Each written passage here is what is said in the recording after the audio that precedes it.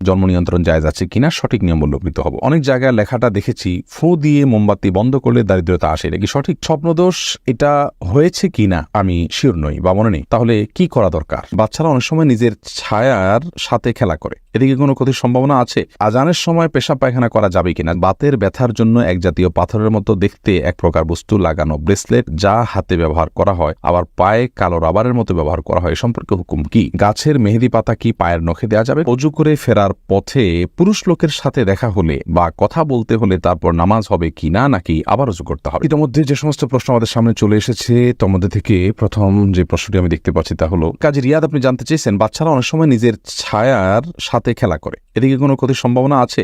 না, বাচ্চারা নিজের ছায়ার সাথে খেলা করলে এর জন্য বিশেষ কোনো ক্ষতির কথা আছে বলে আমার জানা নেই। নাসরিন আক্তার চাঁদনী আপনি জানতে চেয়েছেন সোনা দিয়ে কি দেনমোহর শোধ করা যায়? যে কোনো কিছু দিয়েই দেনমোহর শোধ করা যেতে পারে। আরিফিন আহমেদ সাগর আপনি জানতে চেয়েছেন চিংড়ি মাছ খাওয়া জায়েজ হবে কিনা? জি, চিংড়ি মাছ খাওয়া জায়েজ আছে। এটাকে অনেক একসময় আলেমরা মাকরুহ বলতেন, এখন কেউই এটাকে আর মাকরুহ বলেন না, কারণ এটিও এক প্রকারের মাছ, যার কারণে এটি সম্পূর্ণ জায়েজ এবং হালাল। শারমিন আখতার আপনি জানতে চেয়েছেন স্বপ্নদোষ এটা হয়েছে কিনা আমি শিওর নই বা মনে নেই। তাহলে কি করা দরকার? শুধু স্বপ্নে দেখেছেন কিন্তু কোনো ভিজা বা স্বপ্ন দোষের মাধ্যমে বীর্যপাত হয়েছে এরকম কোনো আলামত যদি আপনি না দেখেন তাহলে সেক্ষেত্রে আপনার গোসল ফরজ হয়নি।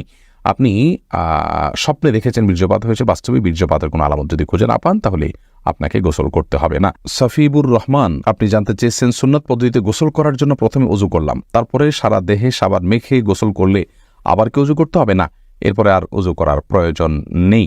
তো অনেক উলামায়ে কেরামের মতে লজ্জাস্থান সরাসরি স্পর্শ করলে ওযু ভেঙে যায়। তাদের মত অনুযায়ী আপনি লজ্জাস্থান, এমনিতে গোসলের সুন্নাহ পদ্ধতি হলো যে আগে লজ্জাস্থানে কোনো ময়লা নাপাক থাকলে সেগুলোকে আগে ভালো করে ধুয়ে ফেলা, এরপরে পুরো শরীর ধোবেন, তাহলে সেক্ষেত্রে আর লজ্জাস্থানে সরাসরি স্পর্শ করবে না। তবে লুঙ্গি ইত্যাদির মাধ্যমে স্পর্শ করলে কারোর মতেই অজু ভঙ্গ হবে না। মিতা নাহিদা আপনি জানতে চেয়েছেন কিছুদিন আগে আমার বাচ্চা হয়েছে, বাচ্চা হওয়ার কতদিন পর আমি নামাজ পড়তে পারবো বললে উপকৃত হবো? বোন মিতা, বাচ্চা হওয়ার পর ব্লিডিং যতদিন চলবে ততদিন আপনি নামাজ পড়বেন না, ব্লিডিং শেষ তখন থেকে আপনি নামাজ পড়বেন। এটাকে নেফাস বলা হয়। নেফাস বা সন্তান প্রসব পরবর্তী যে ব্লিডিং, এই ব্লিডিং শেষ হয়ে গেলে আপনাকে সালাত আদায় করতে হবে। তবে ব্লিডিং এর সর্বশেষ সীমা হলো 40 দিন। 40 দিন পর্যন্ত যদি ব্লিডিং বন্ধ না হয় তাহলে 40 দিনের পরে ব্লিডিং থাকলেও আপনি সালাত আদায় করবেন। আলমগীর হোসেন আপনি জানতে চেয়েছেন স্মৃতিশক্তি বৃদ্ধির জন্য কি কি আমল করতে পারে? স্মৃতিশক্তি বৃদ্ধির জন্য একটি বিশেষ আমলের কথা একটি হাদিসে পাওয়া যায়, বিশেষ সূরা বিশেষ সংখ্যক বার রাতে 2 রাকাত নামাজ পড়ে। সেই হাদিসটি সনদকে মুহাদ্দিসিন ইকরাম যায়িব বলেছেন। স্মৃতিশক্তি বৃদ্ধির জন্য গুনাহ থেকে বেঁচে থাকা আর স্বাভাবিকভাবে আল্লাহ রাব্বুল আলামিনের কাছে দোয়া করা, এই দুটি বিষয় বিশেষভাবে উল্লেখযোগ্য।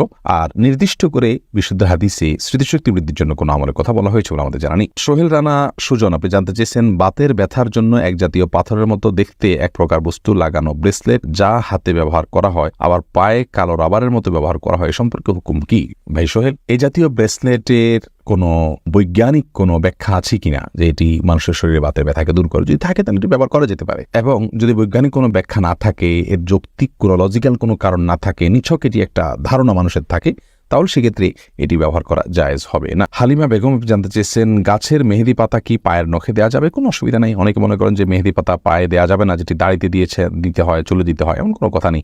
তেলও তো দাড়িতে চুলেতে দিতে হয়, পানিও তো আমরা মাথায় দিই, সেটা আবার পায়েও দিই। অতএব এটা কোনো কথা নেই, এমন কোনো কথা নেই যে মেহেদি পাতা পায়ে দেওয়া যাবে না। ওসমান গনি আপনি জানতে চাইছেন আজানের সময় পেশাব পায়খানা করা যাবে কিনা? যাবে, কোনো অসুবিধা নেই। আজান হলে ওই সময় পেশাব পায়খানা করা যাবে না বা দুনিয়াবে নির্দিষ্ট কোনো কাজ করা যাবে না, এরকম কোনো কথা কোরআন হাদিসে কোথাও বলা হয়নি। তবে হ্যাঁ, আজান সময় অবশ্যই আপনি আজানের জবাব দেওয়া উত্তম এবং ভালো। যদি পারেন মুখে জবাব দিবেন, আর না দিলেও কোনো গুনাহ হবে না। অর্থাৎ মুয়াজ্জিন যা বলছেন সাথে সাথে তা বলছেন, আপনি এর পাশাপাশি অন্য কোনো কাজ করছেন। তবে হ্যাঁ, আপনি টয়লেটে যদি থাকেন সেখানে তো আপনি আল্লাহ নাম নিতে পারবেন না, মানে উচিত হবে না, যার কারণে আজানের জবাব আপনি সেখানে দিবেন না।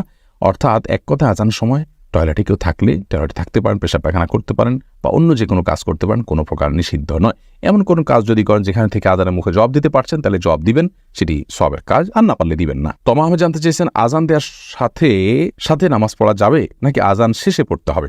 আজান যখন চলছে তখনও কেউ চাইলে সালাত আদায় করতে পারে, কোনো অসুবিধা নেই। বিশেষ করে মা বোনদের কথা বলতে পারি, ওয়াক্ত হওয়ার সঙ্গে সঙ্গে তারা সালাত আদায় করবেন। মসজিদে আজান হচ্ছে, আজান শেষ হলেই তাকে সালাত আদায় করতে হবে, এমন কোনো বাধ্যবাধকতা নেই। পুরুষরা তো আজান শেষে জামাতের অপেক্ষা করবেন, তারপর সালাত আদায় করবেন। যদি কোনো কারণে তিনি জামাতে শামিল হওয়ার সুযোগ না থাকে, একা একা তাকে পড়তে হয়, তাহলে আজান চলাকালীন সালাত আদায় করলে সালাত হয়ে যাবে। শাহান রাফসান আপনি জানতে চেয়েছেন নামাজের মধ্যে মুখে যদি দাঁতের ভেতর থেকে কোনো কিছু খাবার বের হয় তাহলে কি নামাজ হবে?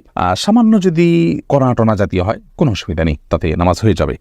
দাঁতের মধ্যে কণা ছাড়া তো আর বড় কিছু থাকার কোথাও নয়, অতএব এটা জায়েজ হবে ইনশাআল্লাহ। হ্যাঁ, যদি মুখের ভিতরে কোনো খাবার রেখে আপনি নামাজ দাঁড়িয়ে যান আর ওটা খেতে খেতে নামাজ পড়েন, আপনি গিলেন খান, তাহলে তো আপনার নামাজ হবে না। ইসরাত আলিজা, আপনি জানতে চেয়েছেন শরীরে কোনো অংশে ব্যান্ডেজ লাগানো থাকলে ফরজ গোসল হবে কিনা। যদি কোনো অংশে ব্যান্ডেজ লাগাতে হয়, ব্যান্ডেজ করাটা তার জন্য ক্ষতিকর হয়, অসুবিধার হয়, তাহলে সেক্ষেত্রে যে অংশে ব্যান্ডেজ লাগানো আছে ওই অংশ বাদে বাকি অংশে আপনি পানি ঢেলে যদি ধৌত করেন আর ব্যান্ডেজের উপরে শুধু ভিজা হাত দিয়ে মুছে নেন, তাহলে আপনার গোসল হয়ে যাবে। আর যদি ব্যান্ডেজটা এরকম জায়গায় হয়, কথার কথা পেটে বড় করে ব্যান্ডেজ আছে, তাহলে সেক্ষেত্রে আপনি উপরের অংশে কোনোভাবে পানি দিতে পারছেন না, দিলেই ব্যান্ডেজ ভিজে যাবে, তাহলে সেক্ষেত্রে আপনি অবশ্যই তায়াম্মুম করে সালাত আদায় করতে পারবেন। এমনি মাহবুবুর রহমান জানতেছেন ইকামতের সময় মুসল্লিরা কখন দাঁড়াতে হবে। ইকামতের সময় মুসল্লিদের দান নির্দিষ্ট কোনো বাধ্য করে দেওয়া হয়নি যে এই সময় দাঁড়াতে হবে। আমরা অনেকে মনে করি যে কদ কামাতিস সালাহ বললে তখন দাঁড়াতে হবে, অথবা হাইয়া আলাস সালাহ হায়াল ফালাহ বললে তখন দাঁড়াতে হবে, এরকম কোনো কিছু কিন্তু আবশ্যক নয়। ইকামতের শুরুতে বা মাঝে যে কোনো পর্যায়ে মুসল্লি দাঁড়াতে পারবেন। মেহেরুন রিয়া, আপনি জানতে চেয়েছেন দেনমোহর যদি না নেওয়া হয় তাহলে কি কিছু হবে না। দেনমোহর যদি আপনি গ্রহণ না করেন আপনার স্বামীর কাছ থেকে, ধার্য হতে হবে, আপনি নিলেন না, তাকে ক্ষমা করে দিলেন বা মওকুফ করে দিলেন, তাকে দায়মুক্ত করে দিলেন, তাহলে সেটি কারণে আপনাদের বৈবাহিক সম্পর্কে কোনো প্রকার অসুবিধা হবে না। আল্লাহ তাআলা কোরআনে কারীমে বলেছেন, যদি মেয়েরা দেনমোহরের ব্যাপারে কোনো ছাড় দেয়, স্বামীকে কোনো অংশ ছাড় দেয়, তাহলে স্বামীদেরকে আল্লাহ তাআলা বলেছেন ফাকুলুহু হানি আম্মারি, তাহলে সেটা তোমরা সন্তুষ্ট চিত্তে খেতে পারো, ভোগ করতে পারো, তোমাদের স্ত্রী তোমাদেরকে ছাড় দিলে। মোহাম্মদ আবু জাহেদ, আপনি জানতে চেয়েছেন জন্ম নিয়ন্ত্রণ জায়েজ আছে কিনা, সঠিক নিয়ম বললে উপকৃত হব। জন্ম নিয়ন্ত্রণ করা ইসলামী শরীয়তের দৃষ্টিকোণ থেকে জায়েজ রয়েছে দুটি শর্ত সাপেক্ষে। প্রথম শর্ত হলো সন্তান জন্ম নিলে সে কি খাবে বা তাকে আমি কি খাওয়াবো, এই মুহূর্তে আমার উপার্জন নেই, অথবা এই মুহূর্তে তার জন্ম হলে আমি অর্থকষ্টে ভুগবো, এরকম শঙ্কা থেকে জন্ম নিয়ন্ত্রণ করা জায়েজ নাই। কারণ আল্লাহ রাব্বুল আলামিন কোরআনে কারীমে বলেছেন লা তাকতুলু আওলাদাকুম খাশিয়াতা ইমলাক নাহনু নারযুকুহুম ওয়া ইয়াকুম, তোমরা তোমাদের সন্তানদেরকে কি খাওয়াবে এই চিন্তা থেকে হত্যা করে ফেলো না, কারণ আমি তাদেরকে এবং তোমাদেরকে উভয়কে রিজিক দান করব।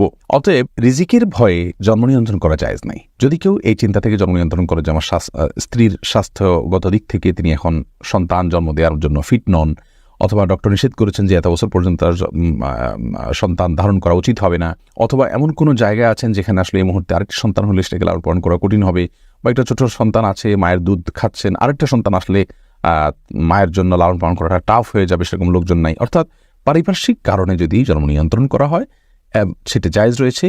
দ্বিতীয় শর্ত হলো যে যদি স্থায়ীভাবে না করা হয়, অস্থায়ীভাবে করা হয়, সে অস্থায়ীটা 2 বছর 4 বছর 6 বছর 10 বছর পর্যন্ত হতে পারে, সমস্যা নেই। যে অস্থায়ীভাবে জন্ম নিয়ন্ত্রণ যদি করা হয় এবং রিজিকের ভয় ছাড়া অন্য কোনো কারণে জন্ম নিয়ন্ত্রণ করা হয়, তাহলে সেটি জায়েজ রয়েছে।